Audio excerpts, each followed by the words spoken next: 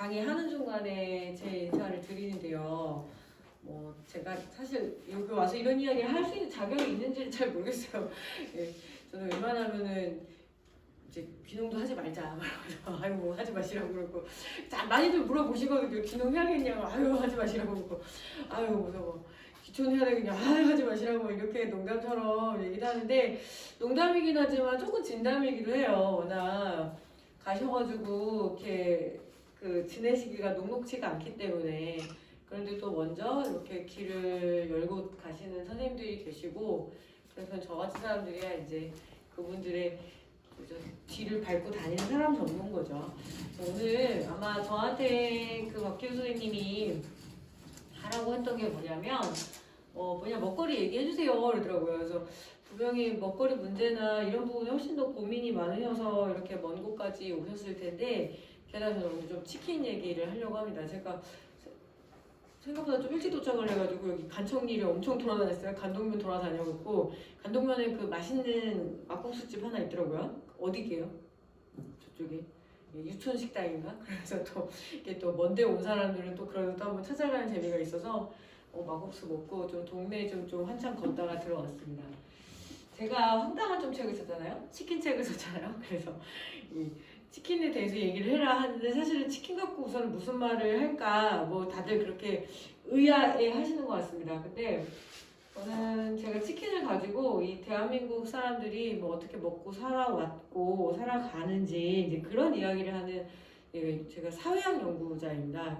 그러니까 영양학자도 아니고 그렇다고 뭐 농업 기술 전문도 아니고 농촌 사회학 연구자인데 그 뒤에 제가 뭘 하는 건지 좀 설명을 드리고 그리고 제가 치킨 가지고 이 또 어린이 책도 하나 썼거든요.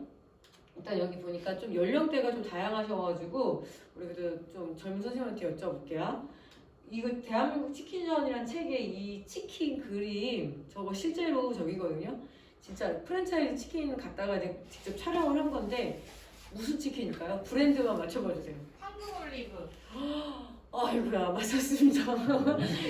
심지어 전국을 통틀어서 브랜드도 아니고 아예 뭐 이렇게 딱 맞추시는 건 거의 처음이에요. 그러니까 BBQ라는 건 거의 다 맞추세요. 예, BBQ에 한국 올리브 치킨을 이제 갖다가 찍었는데 제가 BBQ를 갖다가 찍은 이유가 있겠죠. 2014년에 농촌사회학을 연구한 사람이 BBQ 치킨을 갖다가 찍는 이유는 그것을 좀 사회학적으로 다뤄볼 만한 치킨.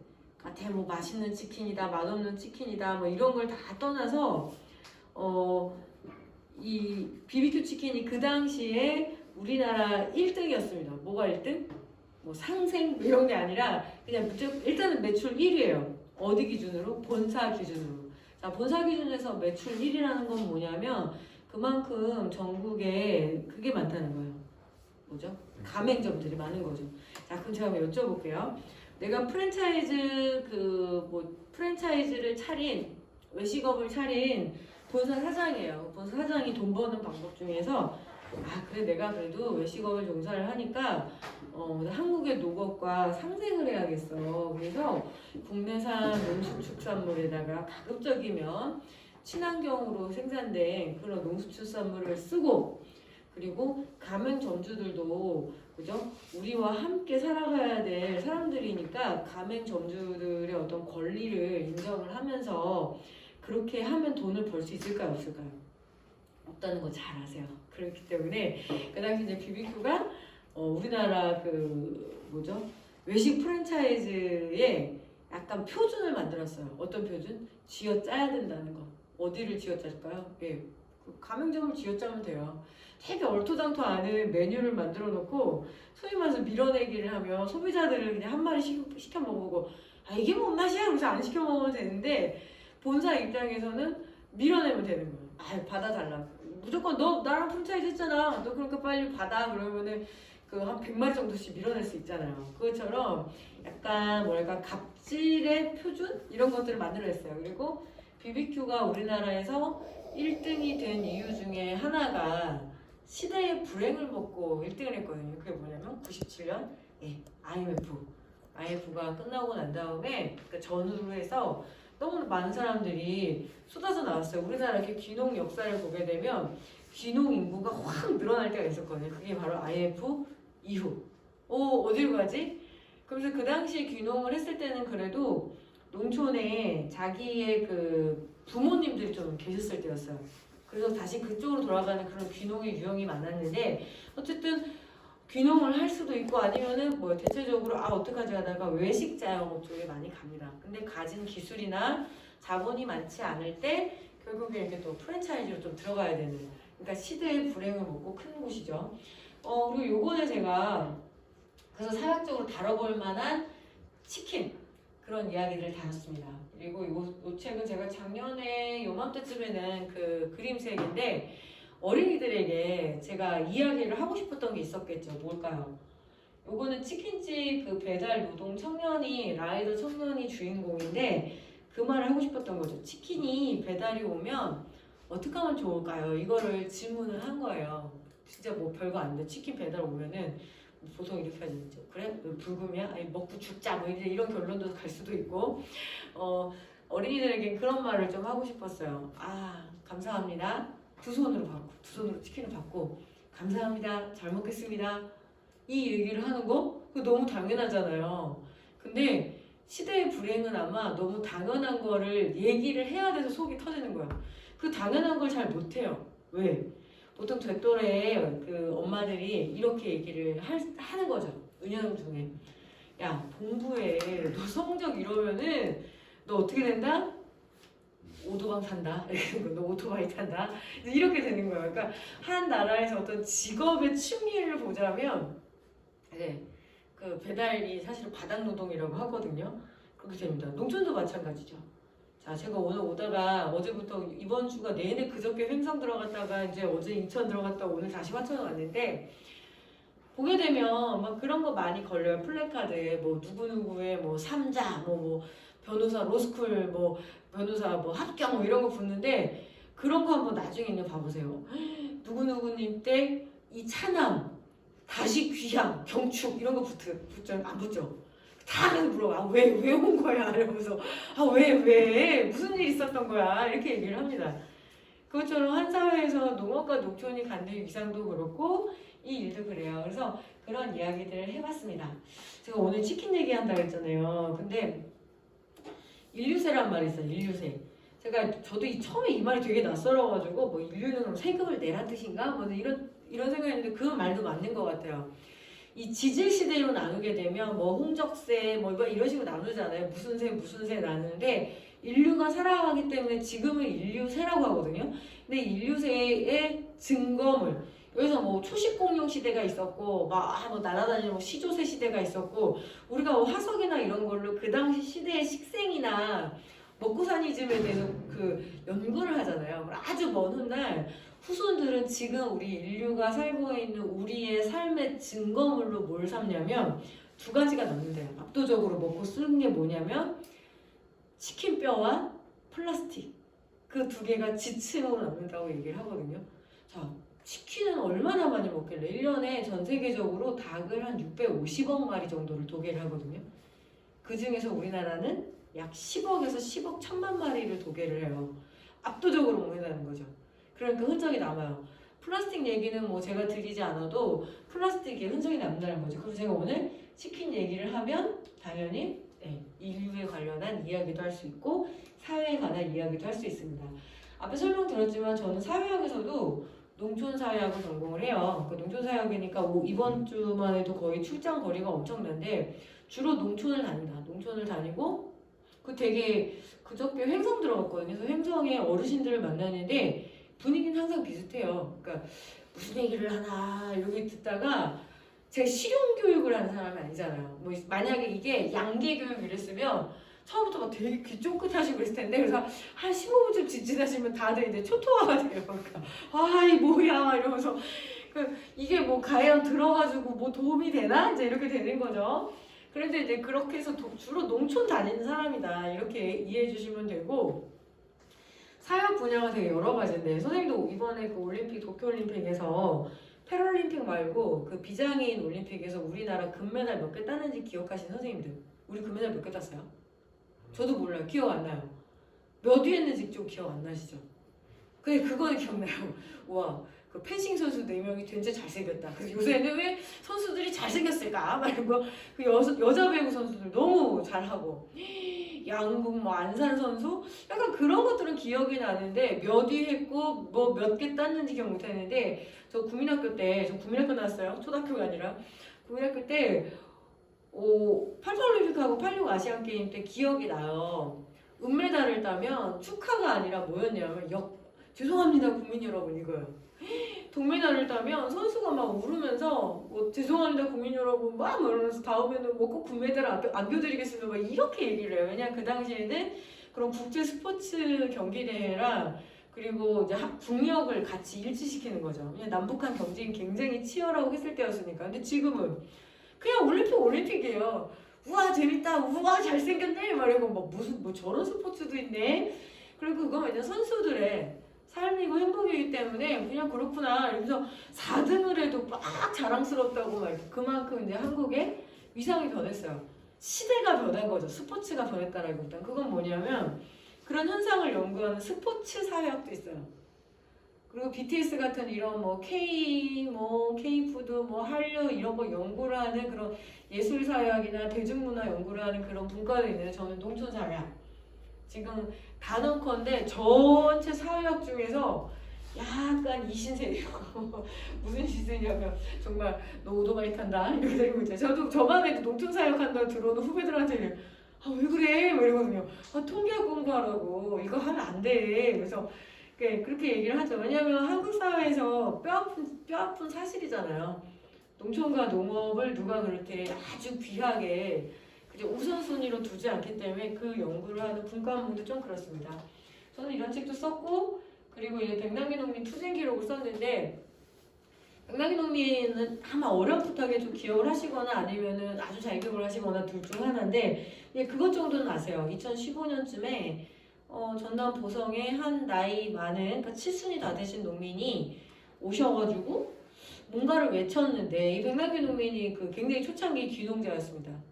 좋은 대학을 나오고 법대를 나와서 거기 도시에 남지 않고 다시 농촌으로 들어가신 분이거든요. 80년대 초반에 80년대 하여튼 근데 오셔가지고 뭘 외쳤는데 그게 물대포를 맞을 만한 그렇게 센 이야기였나? 뭐 예를 들어서 우리나라를 공산화하자. 응?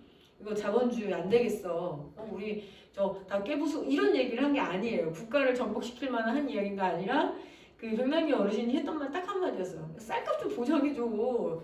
쌀값 한 공기 얼마? 밥 한 공기에 300원은 돼야지 우리 농민들이 먹고 살 수 있겠다 그 말을 한 거거든요. 그 당시에 쌀값 기준으로 한 200원에서 230원쯤이에요. 제가 선생님들한테 지금 300원을 드리면 저 간동면 면사무소 있는 그쪽에 자판기에 커피도 못 드세요. 자판기 커피 300원이거든요. 지금 300원이거든요. 400원. 제가 보니까 며칠 전에 횡성역 보니까 400원이더라고요. 300원을 할 수 있는 일이 없어요. 근데 그 이야기를 하면은 그런 뭐 이것들이 막 감이 어디로 올라와서 이런 얘기를 해. 이게 뭐냐면 쌀을 대하는 태도가 한국에서 농촌과 농업을 좀 대하는 태도죠. 그래서 그런 이야기를 담은 거죠. 그래서 치킨 사람이 어떻게 이 사람의 어떤 죽음을 기록했지? 근데 전 다른 이야기를 하는 건 아니거든요. 치킨 많이 먹지만 그렇다고 뭐 양계하시는 농민들의 삶이 그렇게 막 이렇게 막 살림이 쫙쫙 펴는 것도 아니고 그래서 저는 좀 같은 이야기를 하고 있었습니다. 오늘 제가 이런 얘기 좀 드리고 싶어요. 나 지금 경기도 남양주시에 사는데 아이를 기른다기보다는 이제 같이 살아가는 애들이 좀 꽤 크거든요. 큰 애는 이제 20살 재수생이고 둘째가 이제 중3 남자인데 함께 그냥 같이 먹고 사는데 제가 이번에 코로나 사태를 맞아서 너무너무 힘이 든 거예요. 왜? 점심밥을 제가 해야 되는 거예요. 학교만 보내놓으면서 제가 오다가 저희 간동초랑 유촌초등학교랑 간동중고등학교 하도 예뻐서 사진도 막 찍고 그랬는데 학교만 가면 제가 밥은 안 하거든요. 그래서 가서 공부를 하는지 안 하는지 제가 확인할 수는 없어요. 근데 도시에 있는 이 학교가 거의 2년 정도를 제대로 등교를 못했어요. 2주 집에 있다가 일주일 좀 반짝 있다 갔다가 또 2주를 갔다 이런 식이니까 지난번에 그 주간에 걸린 거예요. 한글날 주간에. 대체휴일이더라고요. 진짜 이제 오랜만에 학교 간다 그래서 아이고 근데 이번 주에 이제 밥 안 해도 되나 했더니 대체휴일이라고 그 중에 또 하루를 빼먹는 거예요. 제가 막 우리 아들한테 농담처럼 이랬거든요. 야, 그런데 세종대왕이 이런 위대한 우리 한글을 알려주셔서 우리가 이렇게 공부를 하게 됐는데 학교를 가서 공부를 해야지 왜 집에서 쉬어? 말했더니 우리 아들 되게 어이없다는 듯이 아 엄마 뭔 소리야? 막 그런 표정을 쳐다봤어요. 그래서 왜 쉬는 거야 도대체? 막 이러면서 너무 힘든 거죠. 근데 이러고 먹어요. 저도 맨날 지금 오늘 일요일인데도 나와야 되니까 대충 뭐 이렇게 이렇게 밥도 뭉쳐놓고 뭐 유부초밥 빼놓고 이거는 유부 모자라니까 그냥 막 김으로 뚫뚫 말아놓고 야 이제 뭐 엄마 다녀올게. 이게 제 그거예요. 엄마 다녀올게 먹고 있어. 그리고 뭐 또 어느 날은 말아요. 막 말아가지고 이제 대충 막 김밥을 말아놓습니다. 재료는 막 집에 있는 거 그냥 아무거나 갖다 집어넣고 이게 왜 옆구리가 다 터졌냐면 김밥용 김도 아니에요. 김밥을 목적으로 한 김이 아니라 그냥 반찬으로 사놨던 거 이제 막 하고 어느 날 갔더니 이제 지네 둘이서 이제 하도 지겨우니까 지 엄마가 맨날 뭐 뭉쳐놓고 말아놓고 하니까 지네끼리 뭘 사 먹었어요. 그래 잘했어. 그다음에 근데 뭐라도 시켜 먹으면 다행이야 이러면서 갑자기 제가 이제 근데 저녁밥은 어쩔 수 없다. 김밥 전이다 이러면서 또 먹어요. 그리고 어느 날은 아예 그냥 아이고 죄송합니다. 자꾸 이게 되게 예민한 건지 뭐 그래서 도저히 바쁘면 막 감자 같은 거 쪄놓고 가거든요. 야 이거 쪄놓고 있어라. 엄마 다녀와. 그리고 며칠 전에는 정말 최악이었어요. 너무 정신이 없어가지고 계란을 6개를 삶아놓고 소금 한 통을 빡 넣고 야 먹고 있어라. 왜냐면 또 아들은 소금도 찾아서 먹을 줄 몰라서 설탕 찍어 먹을 확률도 없지 않아 있어가지고 소금까지 꺼내놓고 이거 찍어서 먹고 있어. 엄마 다녀올게. 그거는 치킨도 시켜 먹어라 막 이렇게 얘기를 해요. 제가 10년 전쯤에 이런 식생활 교육이나 음식 관련한 교육을 다녔을 때 이렇게 얘기했던 것 같아요. 소년이야 요리하라. 청년이여 요리하라. 그리고 어머니들한테 어떻게 해요? 아들 밥하는 거 교육하시라고 기술 가르치셔야 된다. 그래야지 향후 자기의 삶을 잘 구축할 수 있다라는 얘기를 지금도 하고는 싶은데 알겠더라고요. 아 내가 얼마나 이 동떨어진 이야기를 했는가. 지금 저한테도 그렇게들 얘기 많이 하세요. 아이고 중3 됐으면은 다 알아서 먹겠네. 그럴 수도 있어요. 근데 무슨 일을 제가 보게 됐냐면 이런 사건들을 한 번씩 맞닥뜨리게 되는 거죠. 작년 9월이었는데 인천 미추홀구의 혹시 라면 형제 사건을 좀 기억을 하시나 모르겠어요. 이 어린 형제들이 코로나 때문에 학교를 못 가가지고 집에서 이렇게 머물다가 불이 나가지고 동생이 죽게 됐어요.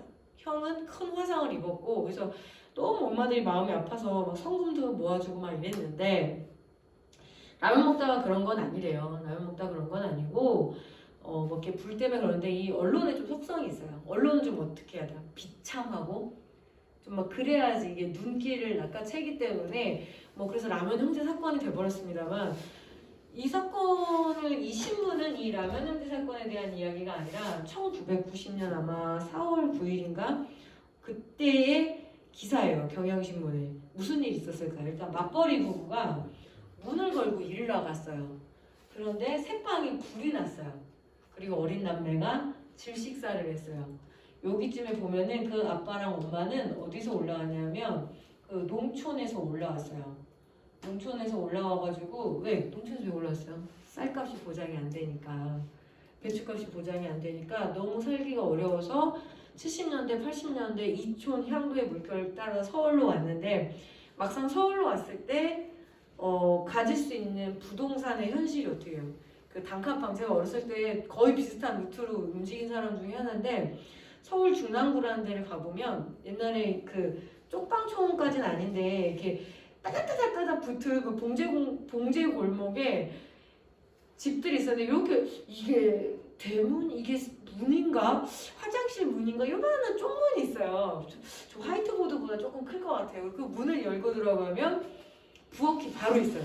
문을 열면 그러면 그 부엌이자 현관이자 샤워 시설도 되고 그래요. 그리고 그 안쪽에 또 조그만 문이 있어요. 그 문을 열고 들어가면 그게 바로 방이에요. 단칸방. 그렇게 해서 온단 말이에요. 근데 이 엄마는 뭐라고 썼냐? 파출부 일을 하고 있고 아빠는 일용직 노동자, 건설 노동자, 소위 말하는 막노동을 했다라는 거죠. 올라왔을 때 가진 기술이 없고 그렇게 학벌이 높지도 않고 하다 보니까 가질 수 있는 일자리에 한계가 있어요.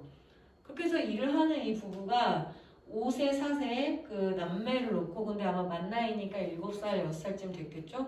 일을 나가야 되는데 이 신문에 이렇게 얘기해요. 자물쇠로 잠가 놓았다. 왜? 아이들이 만약에 방문을 열고 나면 바로 부엌인데 부엌에는 뭐가 있어요? 칼과 불이 있어요. 혹시라도 애들이 칼과 불로 뭘 하다가 사고를 당할까봐 혹은 부엌 문을 열고 나가버리면 차들이 쌩쌩 다니는 행길가. 그래서 여기 뭐라고 하냐면 교통사고에 대한 두려움과 유괴에 대한 두려움이 있었다. 그래서 바깥에서 이제 문을 걸어 잠그고 애들 먹을 그 점심 하고 그리고 용변을 해결해야 되니까 요강을 집어넣고 일을 나가요. 근데 아가들이 너무 심심하잖아요. 지금은 아마 스마트폰 있어서 그렇게까지 못 버티진 않을 거예요. 근데 그때만 해도 텔레비전이 한 5시쯤에서 나왔거든요. 어린이 프로그램이. 그러니까 둘이서 어떻게 하다가 성냥불을 붉고 놀았는데 불이 나버리고 애들이 무서우니까 꼬마 애기들이 이불을 뒤집어 썼어요. 그래서 어제 질식해서 이렇게 사망에 이르게 된 사건인데 이 사건이 어느 그때 다들 많이 운 거죠. 왜? 나의 현실이니까. 대부분의 유치원 가고 어린이집 가고 가면 그 공교육 체계에 못 들어갔었던 때거든요. 제가 유치원을 못 나온 거죠, 그때. 그래서 우리 엄마가 어떻게 해서 얼마나 불안했을까 나를 두고 일을 가면. 그 생각에 웃음도 가끔 하는데 그런 사건이어서 너무 낯설지 않은 사건. 누구나 다 그런 위험을 안고 가는 그런 사건이었어요. 그래서 이게 정태춘 씨의 노래기도 해요. 우리들의 죽음이라는 제목으로 아마 유튜브에 찾아보면 나올 거예요. 이 사연을 중심으로 한 노래입니다. 그거였어요. 제가 아무리 중2고 중3이고 그래도 야, 이제 네가 알아서 해먹어. 뭐 라면이라도 끓여 먹든지 뭐 해먹어. 뭐 지금도 가끔 그렇게 해먹긴 하지만 한 2년 정도 시간이 되니까 두렵더라고요. 이 아들 녀석이 알았어 라면 먹다 라면불 올려놓고 갑자기 왜 배틀그라운드 같은 게임 있거든요. 롤 게임 같은 게 있거든요. 그러면 야 빨리 뭐 총공격 막 이런 식의 막 들려요. 그러면 얘가 라면을 끓여야 되는데 벌써 가다가 게임에 몰입을 해가지고 불이 나버릴 것 같다는 생각을 좀 한 거예요. 이러다 아파트 태워먹는 거 아니야? 그런 두려움이 살짝 올라오니까 제가 그런 말을 하게 돼요. 야 아무것도 하지 말고 그냥 엄마가 주는 걸로 먹고 있어. 학교 갔으면은 학교에서는 저기 했을 텐데 공부를 했을 때 밥을 먹었을 텐데 이런저런 생각을 하면서 이제 한국 사회에서 되게 중요한 키워드 하나가 저는 IMF라는 키워드가 하나 있었고 지금 이제 이 코로나 팬데믹이라는 키워드 2개 없이 이 사현상을 설명하기가 어렵겠다 이런 생각이 듭니다. 하천이에요. 하천 8호 인근. 제가 오늘 저기 간척면에서 그 사진을 찍어왔는데 이런 세계가 드러나는 거죠. 이게 지금 하천 대일이 있거든요. 대일이라는 곳에 있더라고요. 근데 보면은 자 싱크홀 평소 때는 아주 평화로워요. 별 일이 없는데 뭔가 큰 계기를 맞으면 쾅 하면은 푹 하고 꺼지는 거죠. 자 농촌에서 이 마을회관 이제 보통 이제 경로당이라고 얘기하지만 보통 이제 마을회관은 어떤 기능을 하냐면 무더위 쉼터인데 한파 쉼터, 미세먼지 쉼터에다가 뭐 여기 공공의 어떤 커뮤니티 공간을 이뤄요. 그래서 제가 이제 간동면 간동면사무소에서 이렇게 올라오다 보니까 거기에 그 문화회관이 있고 거기 조그만 작은 목욕탕도 있더라고요. 근데 어쨌든 그런 종합 커뮤니티 기능이 있는데 코로나19니까 지금 어떻게 해요? 팍 닫잖아요. 오지 마. 들어오지 마. 근데 여기가 되게 중요한 농촌의 공간이었고 무엇보다 이런 공간이었다는 거죠. 마을 공동급식. 사실은 그 선생님들 오셔가지고 제일 힘든 게 좀 진짜 오늘 그냥 뭐 하나 시켜 먹고 그냥 땡쳤으면 좋겠는데 이러면 그래도 끊임없이 뭔가 끼니 때가 돌아서면 끼니 그거 되게 힘든 일이거든요. 근데 농촌에 가면은 어르신들은 더 어렵죠. 제가 어제 이제 팔순이 훨씬 넘으신 이제 외숙모댁에 외갓집을 다녀왔는데 드시는 게 되게 빠네요. 뭐 보통 이제 치아도 부실하고 그리고 이제 허리도 아프시고 하니까 음식을 할 수 있는 그 힘이 없어서 보통 그 할머니들이 밥에다 자꾸 물을 말아요. 물을 말아가지고 짠 반찬. 그러니까 이제 식감이 다 떨어지고 하다 보니까 감각이 되면 되게 짠 반찬을 드세요. 뭐 장아찌 하나 뭐 이런 거. 아니면 한 손 물 끓여놔가지고 계속 그걸 드세요. 그래서 약간 영양실조의 경계에 서 있다라고 보통 얘기를 하고 그 골밀도 검사를 하면 상당수의 많은 여성 농민들이 이 골다공증 상태거든요. 뭐 이런 상황이에요. 그래서 고민이 많았습니다. 그동안 지자체에서도 어떡하지? 그래서 마을 공동급식 그 제도를 운영을 해 왔었어요. 꽤 많은 마을들이 해왔었고 인건비를 지원을 하면 뭐 회비를 좀 내든가 아니면 어떻게 지원을 하든가 해서 식재료를 조금 해서 이렇게 모여서 드세요. 이거는 지금 충남 청양에서 촬영을 한 건데 이 사업이 제일 인기가 많아요.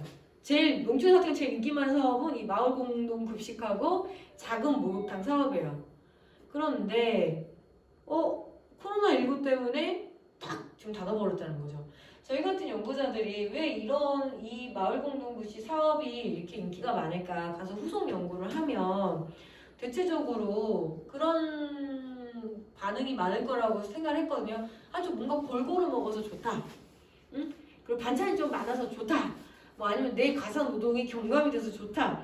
그것도 물론 나와요. 그것도 나오는데 압도적으로 이거를 꼽아요. 마을 주민 간 공동체성 회복. 그리고 함께 먹는 즐거움. 혼자 먹지 않아서 외롭지 않다. 이걸 되게 생각보다 높게 꼽아요. 그때 깨달았어요. 인간이란 무엇일까? 함께 먹는 거에 굉장히 큰 의미를 둔다. 두는 존재. 그런데 이번에 코로나19 때문에 결국에는 이 부분이 다 무너져 있어요. 그러니까 아까 여기 그 간천면 노인회관도 제가 이렇게 보니까 거기 딱 이렇게 크게 편말이 하나 크게 이렇게 딱 섰더라고요. 노인 회원에 이 회관 회원에 출입 금지. 왜냐면 이제 저 같은 사람이 인사라도 하려고 하면은 바이러스를 혹시 묻히고 올 수. 근데 소위 말하는 그게 농촌 인심은 아니거든요. 근데 지금은 되게 경계하시는 거 느껴져요. 누구야? 그러니까 이거 누구야가 아니라 누구야? 이러면서 갑자기 괜히 우리 마을에 코로나19 묻혀갖고 온 거 아니야? 이런 느낌인 것 같아요. 명절 때 어때요? 명절 때 저 뒷집에 그 아들 나한테 새벽 오던 사람인데 계산해요. 몇 명 이상 모이지 말라고 했는데 저 식구들은 몇 명이나 왔는지 싹 보세요. 그게 굉장히 무너졌다는 게 느껴져요. 제가 여기서 다녀보면. 그러면 우리는 이 삶을 복원할 수 있을까? 지금 뭐 위드 코로나니 코로나 이후에 뭐 어떻게 하겠다 하는데 도시 위주의 정책들이 나오는데 지금 이 숭숭 구멍이 난 이 개선되지 않는 삶을 우리가 어떻게 다시 메울 것인가? 그게 지금 오히려 저한테 좀 많이 알려주세요. 어떻게 하면 좋겠는지 그런 이야기입니다. 오늘 이런 얘기하고 싶어요. 감자 먹는 사람들의 이야기를 할 건데 선생님 제가 질문하는데 이게 지금 박기훈 선생님이 밖에 온라인으로 하고 계시는데 그냥 2시부터 해주세요 소리만 들었지 언제 끝내달라 소리도 못 들었거든요. 뭐라고 하시던가요? 네. 몇 시? 공간이 마음대로. 진짜요? 그랬구나. 어쨌든 다들 피곤하신 것 같아요. 내가 이거 어떻게 되는 거지? 지금 그걸 모르고 그냥 쓱 들어와. 그래서 하다가 잠깐 쉬는 시간 좀 드리겠습니다. 감자 먹는 사람들 이게 빈센트 van 고흐의 되게 유명한 그림인데 브리아 사마랭이라는 하여튼 프랑스의 미식학하는 할아버지가 물어본대요. 냅둬 물어봐서 당신 먹고 살아온 거 얘기해봐. 그럼 내가 당신 어떤 사람인지 대충 작두 타갖고 말할 수 있다는 거거든요. 선생님들이 아마 저를 아시는 분도 있고 모르시는 분들이 대부분일 텐데 다른 건 말고 제 출신 지역만 한번 맞춰보세요.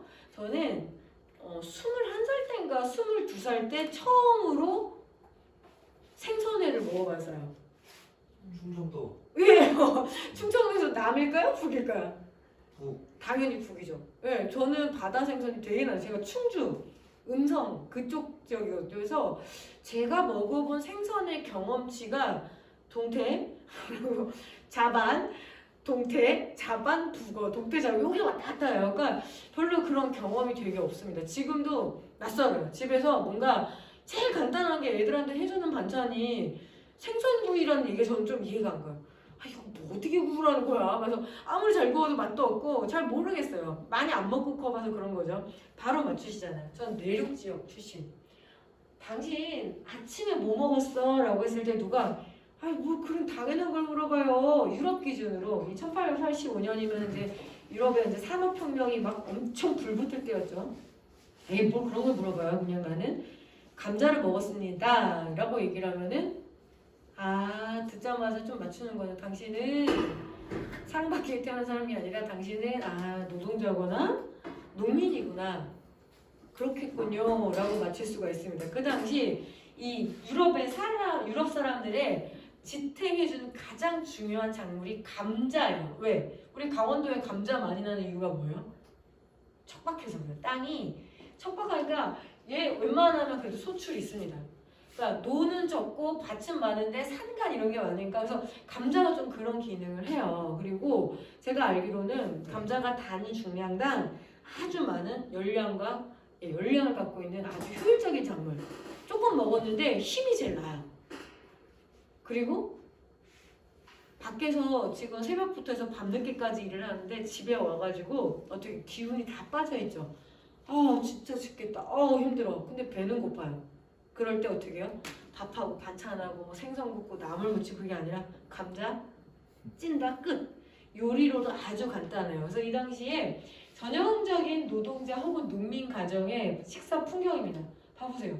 그냥 감자 쪄가지고 각자 그릇도 없이 먹어요. 그냥 차 한잔 해가지고 이거 커피라고 얘기하는데 커피일 수도 있고 차일 수도 있는데 그렇게 먹고 끝내요. 대체적으로 그 당시에 사람들이 이렇게 됐다는 거죠.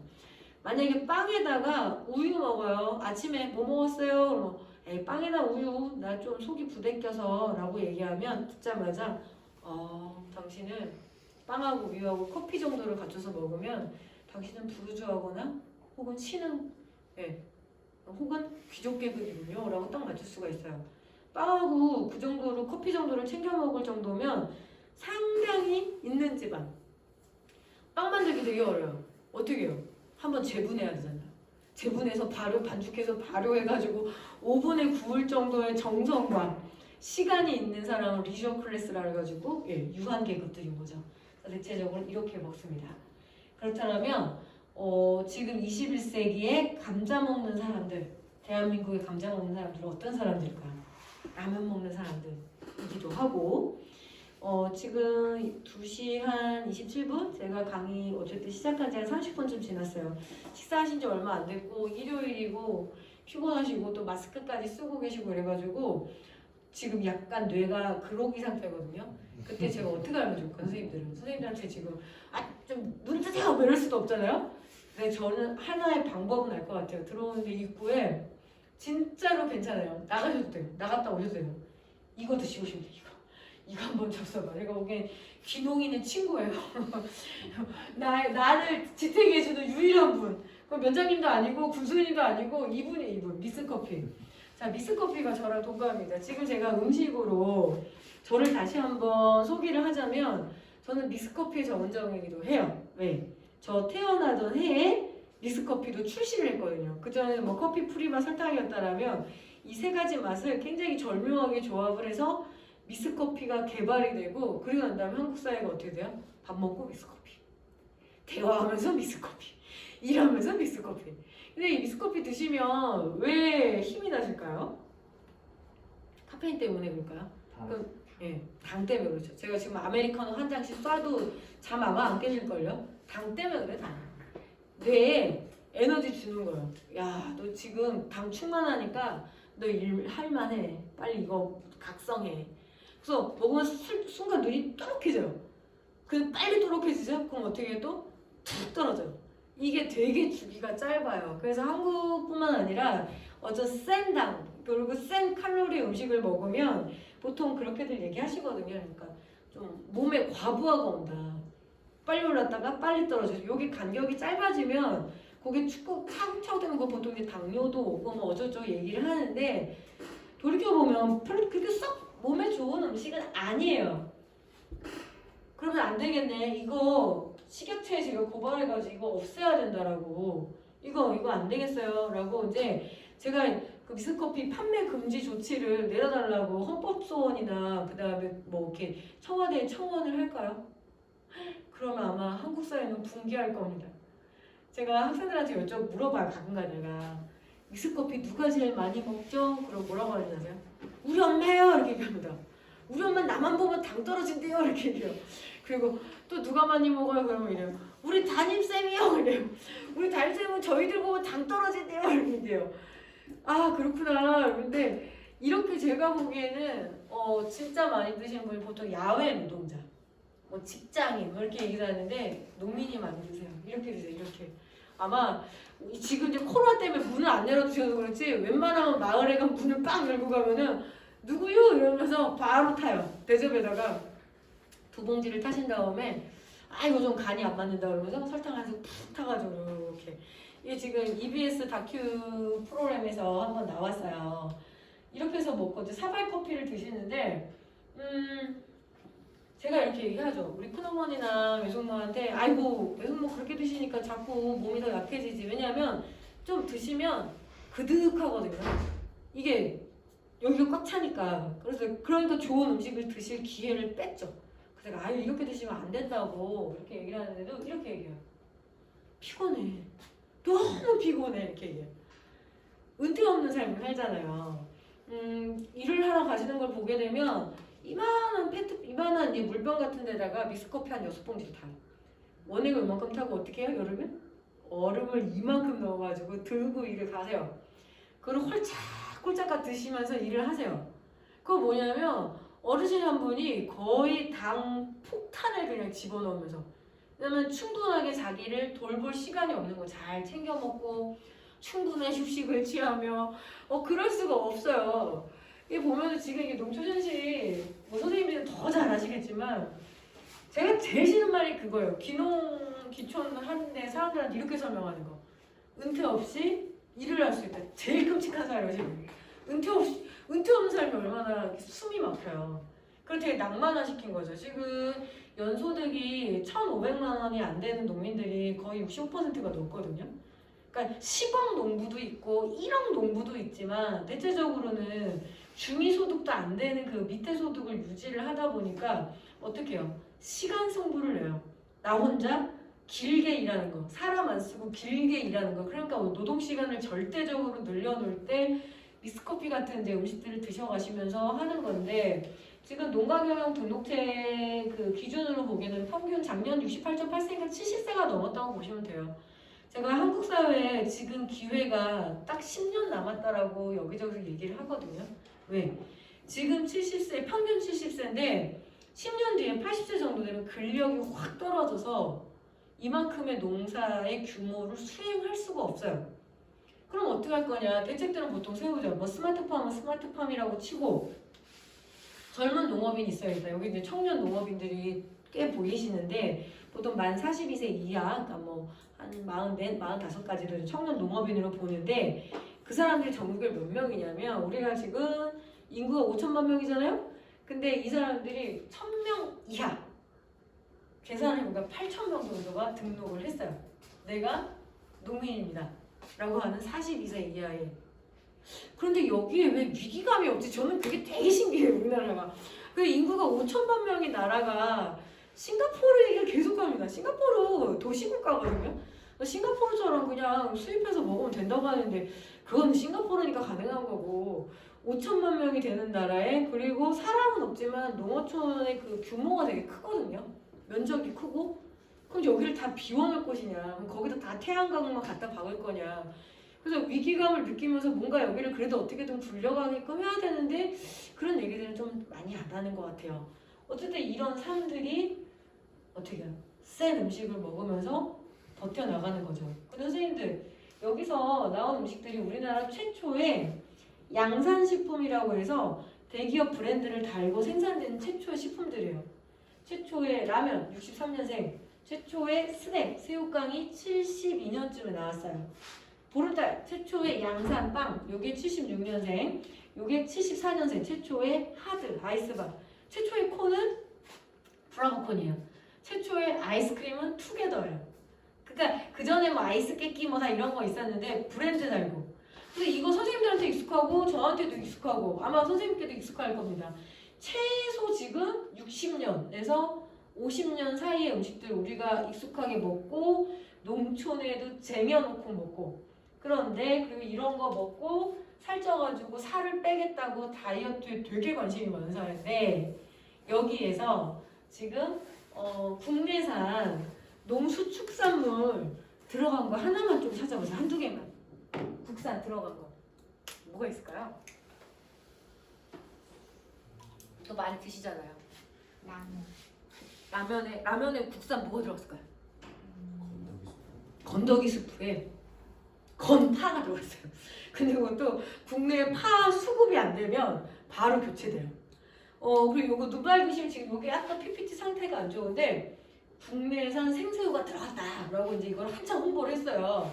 근데 바뀌었어요. 한 3년 전부터 그나마 이것도 수급도 안 하고 귀찮으니까 그냥 중국산 그걸로 바뀌었는데 이 표준 500g인가 요 한 봉지에 300g인가 그러는데 저기 한 봉지에 새우가 몇 마리 들었냐면 자 국내산 생새우 우리 생각하는 건 대하 이만한 거잖아요. 구워 먹는 거. 그게 아니라 요만해요. 그 젖새우 요만한 새우가 군산 지역에서 전량 매집을 했었는데 그 새우가 요 한 봉지에 무려 3.5마리가 들어가요. 그 선생님들 여기 보쌈이나 족발 드실 때 적어도 거기다가 새우젓 한 3마리 넣지 않으세요? 그만큼이 들어갔는데도 너무 자랑스러우니까 국내산이라고 써요. 건파 조금 들어갈 거예요. 아예 1g도 안 들어가도 되고 1g도 안 들어가도 되고 안 들어가도 되고 압도적으로 아무것도 안 들어가도 생산이 가능해요. 그러니까 지금 이 사회가 뭔가 먹고 입고 쓰는 게 그 나라의 농어업과 거리가 아주 멀잖아요. 그러니까 농촌이 더더욱 위축이 될 수밖에 없는 거죠. 그게 그냥 현실 너무 잘 아실 거기 때문에 그냥 맞다 이렇게도 설명할 수 있구나 이 정도만 이해를 하시면 돼요. 그러니까 이거를 다 쪼개보면 보통 이게 전 세계 밀가루, 설탕, 그리고 고기, 식용유 이런 것들을 뭐라고 하냐면 식재료라고도 얘기할 수 있고 식자재 마트에 가면 살 수도 있고 농협 하나로마트 가서 살 수 있는데 산업 원료이기도 해요. 자, 제가 산업 원료라고 말씀을 드린 건 뭐냐면 최소한 재벌들만 다룰 수 있는 원료예요. 밀가루. 뭐 일부 우리 밀도 있긴 하지만 뭐 곰표 밀가루 그런 거 다 돼요. 재분해서 우리나라 5개밖에 안 돼요. 4개에서 5개밖에 안 돼요. 그것도 아주 딱 국가에서 허가해줬어. 영남재분 그래 곰표하는 거 대한재분 그래 CJ 이 정도까지만 딱 허용을 해가지고 밀 수입을 해서 거기서 재분해서 밀가루 만들어서 하는 거죠. 자, 밀에 대한 이야기를 해보면 우리나라 밀가루 음식 이렇게 많이 먹었던 데가 언제부냐면 1953년 한국전쟁 휴전하고 난 다음에 원조가 돼요. 원조가 돼서 그때부터 밀가루를 되게 많이 먹게 돼요. 왜? 그 전에 우리나라가 그렇게 분식 문화가 별로 없었어요. 메밀은 조금 잘 자라기도 하고 구황작물이기도 한데 밀이 대표적인 하곡이 밀과 보리가 자란다잖아요. 그럼 주로 보리를 많이 심게 돼 있습니다. 왜냐하면 보리는 겉껍질만 깎아버리면 그러니까 보리는 방아만 찧으면 바로 밥으로 먹을 수 있는데 얘는 조금 까다로워요. 겉껍질 다 깎아가지고 호분층 남겨서 곱게 갈아야 돼요. 재분을 해야 돼요. 그러니까 좀 큰 공장 가야 돼요. 큰 공장.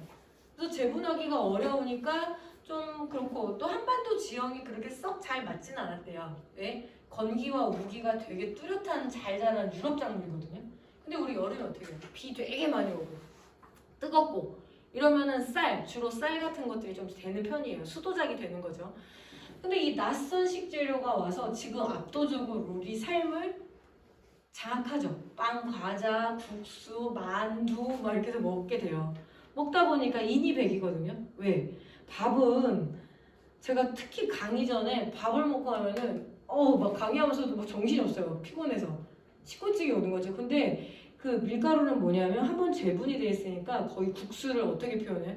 후룩 후룩 마신다고 그러거든요. 마시고 와요. 그냥 한번 재분이 돼 있어서 내가 열심히 그렇게 씻지 않아도 돼요. 바쁘고 피곤한 이런 현대사회에 얘가 좀 잘 맞아요. 걸어다니면서도 식사를 해결해요. 빵 먹어가면서 과자 먹어가면서 그래서 그렇게 해서 압도적으로 우리 삶에 오거든요. 설탕 한번 얘기해 볼까요? 자, 설탕도 아주 어려운 맛 중에 하나죠. 소위 말하는 권력이 있는 사람, 아주 잘 사는 사람들이나 자기네들만 향유했던 맛이에요. 그래서 예전 같은 보면 우리나라가 이제 근대 농업 이전에 단맛을 동원하는 방법이 2가지거든요. 하나가 뭐예요? 꿀. 지금도 비싸요. 보니까 여기 봉장이 몇 개 있던데. 꿀이고 하나는 조청이에요. 조청 한번 만들어 보는 거 뭐 귀농학교에서도 하실 수도 있을 텐데 엿 만드는 거 어떻게 해요? 장난 아니에요. 그 엿기름을 해가지고 식혜를 내가지고 엄청난 장작을 떼든지 가스를 떼야 돼요. 연료를 동원을 해야 돼요. 근데 예전에 이렇게 조선시대 문헌 같은 거를 보면 굶어서도 많이 죽는데 얼어서도 많이 죽어요. 산에 저 나무 많은데 왜 얼어 죽는 거야? 나무 회다가 하면 근데 저 산 누구 산? 궁척들의 산. 임금의 친척, 임금의 동생 산인데 감히 저기 가고 나무를 뱉다가는 죽어나와요. 그래서 많이 얼어 죽어요. 근데 여스럽겠다고 감히 어렵다는 거죠. 그래서 주로 권력을 가진 사람들만이 자기네들만이 가졌던 맛. 그리고 본능의 맛. 지금 선생님들 되게 피곤하신데 당이 필요한 타임이라고 제가 말씀드렸잖아요. 사람이 생존의 위협을 느끼면 단맛을 찾게 돼 있대요. 저도 이제 배운 거죠. 이제 원시 시대 때 뭐든지 주워 먹고 따먹었을 때 탄수화물을 먹게 되면 인류 최초의 식량이 토란이거든요. 토란을 먹으면 일단은 씹으면 씹을수록 단맛도 올라오지만 힘이 올라오는 거예요. 그리고 죽지 않는 거예요. 아, 우리가 살려면 일단 단맛, 탄수화물 당당하게 찾아가게끔 본능의 설계, 유전자 설계가 돼 있대요. 그래서 2016년에 EBS 미각 실험에서 했거든요. 인간은 단맛에 얼마나 탐닉을 하는 존재인가. 그건 선생님들은 참을 수 있는 존재죠. 왜? 어른이니까. 근데 본능 실험할 때 아가들 데리고 실험을 해야죠. 애기들은 눈치 안 보거든요. 그래서 아예 그냥 이렇게 만삭의 임산부로 실험하더라고요. 딱 달콤한 무슨 주스를 한 잔 마시고 4D 초음파를 찍었거든요. 그럼 이렇게 탯줄로 당도가 애기가 입으로 먹는 게 아니라 당도가 올라가는 거잖아요. 탯줄이 딱 이러고 있다가 배꼽에 당 성분이 딱 들어오니까 애기가 씨 웃어요. 그 유튜브에 있더라고요. 한번 봐보세요. 좋다는 거예요. 아, 와 단맛 들어왔네. 좋다. 근데 반면에 어떤 임산부 한 분이 그 칡즙 같은 걸 마셨어요. 그 쓴 성분이잖아요. 딱 와가지고 쓴 성분이 딱 도달하니까 애기가 탁 찡그려요. 태아가 왜? 공포. 원시시대 때 일단 쓴맛 잘못 먹고 풀풀이라든가 이런 거 잘못 먹고 죽은 동료들을 봐요. 어이구 일단 쓴 거는 좀 피하자. 그래서 그게 자기 생명을 보호하기 위해서 일단 쓴맛은 피해요. 근데 어른들은 더덕도 먹고 쓴바기도 먹고 그 이유가 뭐야? 개별 구분할 수 있는 능력들이 있으니까 교육의 힘인 거죠. 그만큼 매력적이에요. 본능적으로도 좋아하고 심지어는 권력을 가진 자들만 향유했던 맛. 근데 이게 1953년 지나서 원당의 형태로 들어와요. 그럼 그 다음부터 한국의 음식들은 어떻게 될까요? 미친 듯이 달아져요. 당도가 되게 세요. 한식의 특징들이 당도가 세요. 보통 귀촌 귀농하셔가지고 이 식품 가공 분야에 도전을 하신다고 해서 제가 전국에 다니면 그래서 어떻게 사업 계획을 짜셨어요? 이렇게 딱 얘기하세요. 우리 지역에 되게 좋은 그런 농산물이 나온다. 이거를 잘 가공해서 잘 스토리텔링도 붙이고 예쁘게 이렇게 친환경적으로 생산해서 포장도 해가지고 소비자들한테 알린대요. 그 제가 뭐라고 하는지 아세요? 그 설탕은 얼마나 넣으시려고요? 그러면 그거 최대한 안 넣겠대. 그러면 그럼 안 된다고, 안 팔린다고. 이미 세상 밖의 음식들이 당도 경쟁을 하거든요. 그러니까 어려운 거죠. 우리가 승부내기 되게 어려워요. 설탕은 좀 그런 존재. 고기 얘기 한번 해볼까요? 고기는 보통 이제 뭐 꽃등심이 가장 대표적인 거고 며칠 전에 그저께 횡성을 갔는데 되게 황당하더라고요. 혼자 밥 먹을 데가 없어요. 다 한우 파는 데니까 혼자 가가지고 제가 혼자 구워 먹기도 그렇고 뻘쭘해서 그냥 김밥 한 줄 사 먹고 왔는데 이 고기가 우리 딸내미 재수생이라 했잖아요. 그래서 그 녀석이 작년에 이제 원서를 쓰는데 저한테 이렇게 얘기하더라고요. 엄마 이쯤 되니까 되게 부러운 애는 하나뿐이라서 누가 부러워? 뭐 니네 뭐 학교 1등에 뭐 서울대 가냐? 말했더니 걔가 하는 말이 아니라 소가 부럽다 그랬어. 소가. 왜? 그랬더니 놀고 먹었는데 걔네 1등급을 받았잖아? 그래서 그런 좀 쓸데없는 농담을 하는 거죠. 안 그래도 열받아 죽겠는데 저한테 하나 더 때리는 거 제가 어이구 이러면서 잠깐만 그 소는 놀고 먹으면 1등급 주잖아요. 그 1등급의 기준이 뭐죠? 횡성하는 1등급. 도체등에서 마블링이야. 얼마나? 근내 지방도가 상강이라고 그래요. 상강도. 얼마나 안개처럼 뽀얗게 내렸는가. 그거를 그러니까 서리처럼 뽀얗게 내렸으면 아이고 얘 1등급. 게다가 2 플러스를 딱 줍니다. 그게 되게 특이해요. 사람 몸에 1등급 줘보세요. 인격 말고 신체 1점. 그렇게 1등급 뱃살을 갖고 있으면 되겠어요? 안 되겠어요? 아니죠. 모든 다이어트는 마블링을 빼는 과정이에요. 그게 모순이에요. 입은 얘가 땡기게 해놓은 다음에 몸은 아주 날씬하게 마치 마블링 고기를 먹어보지도 않은 것처럼 그렇게 하라는 게 되게 모순입니다. 그러니까 어떻게 현대사회는 다이어트 산업이 연간 약 10조 원대 10조 원이 먹고 빼는데 다 해산이 돼요. 근데 얘가 그렇게 마블링을 가지려면 누구랑 연결해야 되냐면 얘랑 연결해야 돼요. 쫙 제가 왜 물엿이랑 연결해 놨을까요? 물엿의 원료가 옥수수거든요. 자, 옥수수가 제일 센 탄수화물이에요. 일단은 씨눈에서 기름도 뽑죠. 그리고 어떻게 해요? 그 가루로 수많은 가공식품의 원료도 만들죠. 결정적으로 고가당 시럽도 추출해요. 물엿도 그냥 추출해요. 그 강원도에서 많이 나온 옥수수 조청하고는 아예 차원이 다른 화학적인 작용을 해서 이렇게 싹 뽑아버려요. 그러면 고기 1kg, 자, 닭 기준으로 했을 때 닭은 옥수수 삽이 한 4kg 필요합니다. 4에서 4.5kg. 소는 7kg 필요해요. 그럼 우리 고기 1kg 먹은 게 아니죠. 아주 꽉 뭉쳐진 매력이 속에서 빵 하고 터진 거예요. 그래서 고기 한번 맛들이면 돌아갈 수가 없죠. 왜? 나는 그렇게 세게 뭉쳐진 매력으로 노출된 삶을 살았으니까. 그게 바로 고기의 본질이에요. 비도 오고 날씨도 꾸물꾸물하고, 그죠? 그러면 뭐가 생각나냐고 여쭤보면 대체적으로 찌짐에다가 막걸리 한잔 먹으면 딱 좋겠다 이렇게 얘기하세요. 부침개 먹고 딱 좋겠다 이렇게 얘기하세요. 자, 부침 요리, 튀김 요리, 미각의 보통 정점이라고 이야기를 하거든요. 다른 것들은 음식들을 눈으로 보고 냄새도 맡고 입으로도 먹고 막 이러는데 얘는 거기다 하나를 더 추가해요. 뭐? 귀를 추가해요. 귀. 바삭. 그래서 그 감각이 하나가 더 추가가 되거든요. 그래서 한 사회가 튀김 요리에 노출이 되면 과거로 돌아갈 수 없어요. 제가 모니터링 차원에서도 많이 보는 게 6시 내 고향인데 6시 내 고향 보면 되게 재밌어요. 자, 어딜 가요. 어떤 주산지를 가요. 그러면 예를 들어서 비트 주산지, 비트. 그 빨간 무. 그럼 와 그래서 뭐 리포터가 이거 비트가 뭐 엽산도 많고 몸에도 좋고 막 많이들 드세요. 그 다음에 이렇게 그 어머니한테 자, 비트로 향토 음식 만들어 달라. 혹은 뭐 로컬 푸드 만들어 달라 하는데 어떻게 할까요? 어머니들이 비트를 갈아요. 갈아가지고 밀가루 해가지고 비트 전 혹은 비트 튀김. 또 어디 딴 데 가가지고 뭐 파프리카 주산지 어떻게 해요? 그럼 파프리카 막 좋대. 빨리 파프리카를 뭐 해주세요? 그러면 파프리카 전, 파프리카 튀김 다 똑같아요. 전국이. 표고, 자 표고 주산지 강원도에 많아요. 그래서 표고 뭐 어떻게 해주세요? 어떻게 표고 해갖고 표고 탕수 다 똑같아요. 전국에 비슷비슷해요. 아주 압도적인 거죠. 그래서 이 기름 짜고 콩에서 기름 짜고 나머지 탈지 대두분 기름을 탈락시킨 이 탈지 대두분으로 옥수수하고 탈지 대두분하고 합쳐가지고 얘를 먹여버리면 어떻게 해요?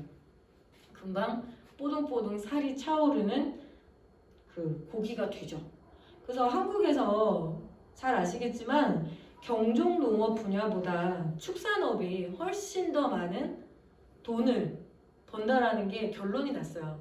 자, 농업 같은 농업이 아니에요. 찢어야 돼요. 농업과 축산업, 그러니까 경종 농업과 축산업을 그래서 주로 축산업에 많이 매달리는 이유가 뭐냐면 같이 힘이 들었는데 축산이 그래도 좀 돈이 되는 거예요. 근데 한국의 축산업의 구조는 뭐냐면 결국에는 외국에서 들여오는 사료로 길러서 나의 인건비, 공인비를 따먹는 구조라고 좀 간단하게 말씀을 드릴 수가 있거든요. 그래서 축산이 발전하면 발전할수록 그렇다고 한국 농업이 왜 그게 자꾸 분리가 될까? 근데 거기서 뭐냐면 우리가 해결 못하는 게 이 사료의 문제이기도 해서 그렇습니다. 그럼 여기 정리하고 잠깐 쉬는 시간 드릴 텐데 한번 봐보세요. 후르짜짜 밀가루에다가 이 꽉 뭉쳐진 고기에다가 이 비만 오면 생각나는 요 세 개를 합치면 그게 바로 뭘까요? 치킨. 행복의 세제곱이라고 제가 보통 표현을 하는데 그럼 요거 한 마리 삶은 백숙이 맛있을까요? 요 세 개 합친 치킨이 맛있을까요? 당연히 치킨이 맛있어요. 그거는 2000년인가 2001년인가 그 유승호가 데뷔한 영화가 집으로라는 영화거든요. 그 영화에서 유승호가 할머니한테 치킨 달라고 했는데 못 알아듣고 닭을 한 마리 푹 삶아주세요. 그러니까 유승호가 막 울면서 닭을 닭 삶은 그걸 빵 발로 찬 다음에 울면서 얘기해요. 할머니 바보냐고 왜 닭을 뿔에 빠뜨렸어 하면서 울어요. 그건 뭐냐면 자기 존재 선언이에요. 할머니 나는 태어나자마자 이 꽉 뭉쳐진 압축파일 같은 이 고기에다가 심지어 푸르접접 밀가루를 발라서 튀겨 먹은 존재라고요 라는 선언이에요. 근데 이 세 개에다가 얘를 발라버리면 그게 바로 뭘까요? 그게 바로 양념치킨이에요. 얘 두 개를 합쳐볼까요? 빵, 과자, 케이크, 마카롱. 밀가루하고 두 개 합쳐볼까요? 라면, 새우깡. 밀가루, 식용유, 물엿 이 세 개 바르면 그게 바로 꿀까베기, 맛동산, 허니버터칩. 이거를 뱅글뱅글 돌려먹는 게 지금 현재 한국인의 밥상이자 전 세계인의 밥상이면서 도저히 단 1g도 국내에서 생산되지 않는 글로벌 단계의 푸드 시스템을 갖고 산 지가 우리나라가 몇 년? 최소 70년이다 라는 겁니다. 선생님들이 농사를 지어서 이것들을 판매를 하셔야 되잖아요. 우리의 농산물을 애용해 주십사 해야 되는데 세상이 이렇게 혹독하게 굳어져 있다라는 그 말씀을 너무나 다 알고 있는 쉬운 말씀을 이렇게 드린 거예요. 세계는 적어도 이렇게 섞어 먹는 세계로 이미 재편이 돼 있는지 너무 오래됐다. 그래서 농촌과 농업이 가는 방향들이 잘 안 보이는 거죠. 그래서 그 부분에 대해서 우리가 한계를 인정을 하고 다시 공부를 좀 해보자. 그런 취지의 강의인 것 같아요. 예, 지금 2시 50분이니까 한 10분 정도, 한 3시 정도에 다시 뭐 커피 한잔 드시고 조금 허리도 펴시고 잠깐 뵐게요. 예.